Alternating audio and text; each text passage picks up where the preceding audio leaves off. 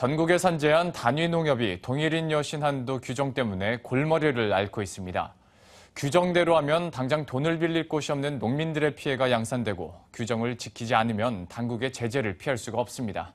관련 대출 규모가 전국적으로 1조 원이 넘습니다. 권순우 기자가 단독 보도합니다. 농협이 2년 전 가계부채 대책의 일환으로 시행된 동일인 여신 한도 규정 때문에 이러지도 저러지도 못하는 진퇴양난에 빠졌습니다.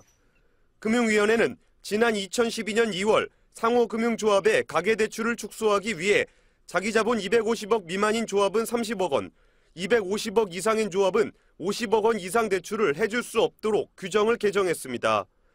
여신 한도를 넘긴 대출은 만기가 돌아오면 즉시 회수해야 하고 상환을 못할 경우 담보가 경매에 넘어가게 됩니다. 당시 2년간 유예 기간을 줬는데 올해 2월 유예 기간도 끝났습니다.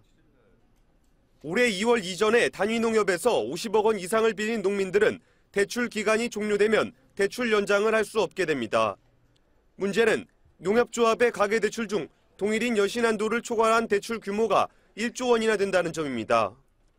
규모가 작은 신협, 수협과 달리 자산 규모가 큰 농협은 애초부터 거액 대출이 많았고 같은 기준을 적용하다 보니 여신 한도 위반 대출도 많습니다. 농협이 규정대로 하면 피해 농민들이 속출하게 되는 문제점이 뒤따릅니다. 대출을 받을 때 문제가 없었던 농민들이 획일적으로 설정된 여신 한도 때문에 피해를 입게 되는 겁니다.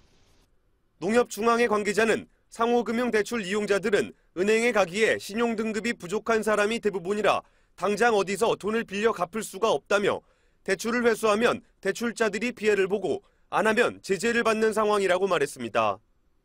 농협 측은 현실적으로 이미 나간 대출을 무조건 회수하기 어렵다는 점을 들어 신규 대출부터 바뀐 여신 한도를 적용해 줄 것을 요청하고 있습니다.